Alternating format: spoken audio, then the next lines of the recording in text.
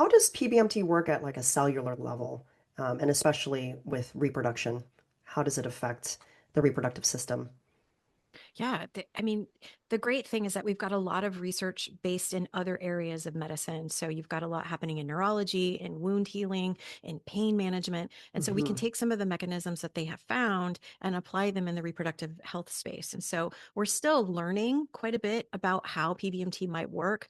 But when you put a light source, like a red light LED panel or an infrared laser for that matter, and it's placed nearer on the skin, Hmm.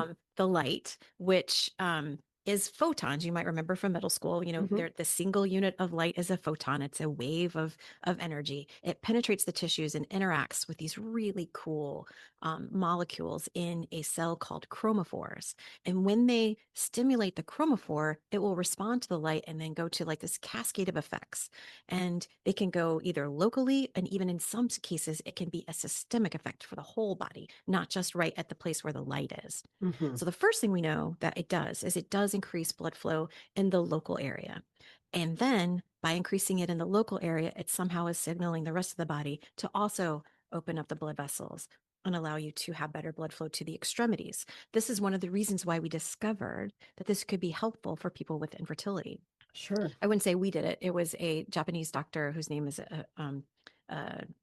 uh, is it? I don't want to misname him, so I'll give you that one at the end. Thank Um, you.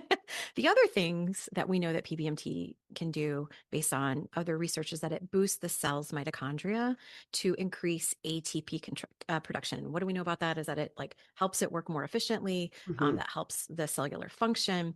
And the light also really interesting to me anyway is that it can turn on this mechanism that helps support cellular repair.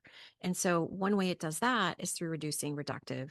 I'm sorry, it reduces the oxidative stress. Hmm. Um, I think the final thing I would say, which is really beneficial for people with endometriosis or any other type of pain, is that the other wonderful things that happen are reducing inflammation and Hmm. reducing swelling and pain.